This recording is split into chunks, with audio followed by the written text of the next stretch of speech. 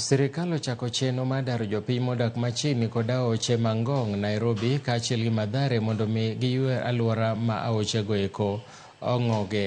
Kaloso kod duol mochung'ne aochego eko e apise mantiere Karen, jalup jatend piny Rigathi Gachagua owacho ni lil mar aochego koro keto ngima jodak ma Nairobi kama rach ka koro chuno ni nyaka ywergi.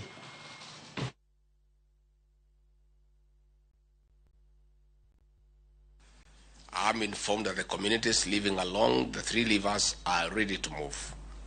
The issue at hand is dealing with those claiming to own the properties on the riparian areas.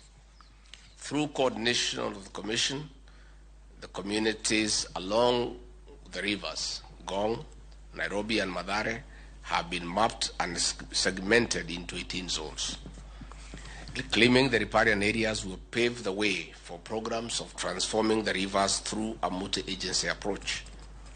The role of the national and county governments will be key in the success of this mission, as will be demonstrated by presentation from the Ministry of Defense. It is encouraging that these communities and other stakeholders are ready to reinforce the work of government in this initiative.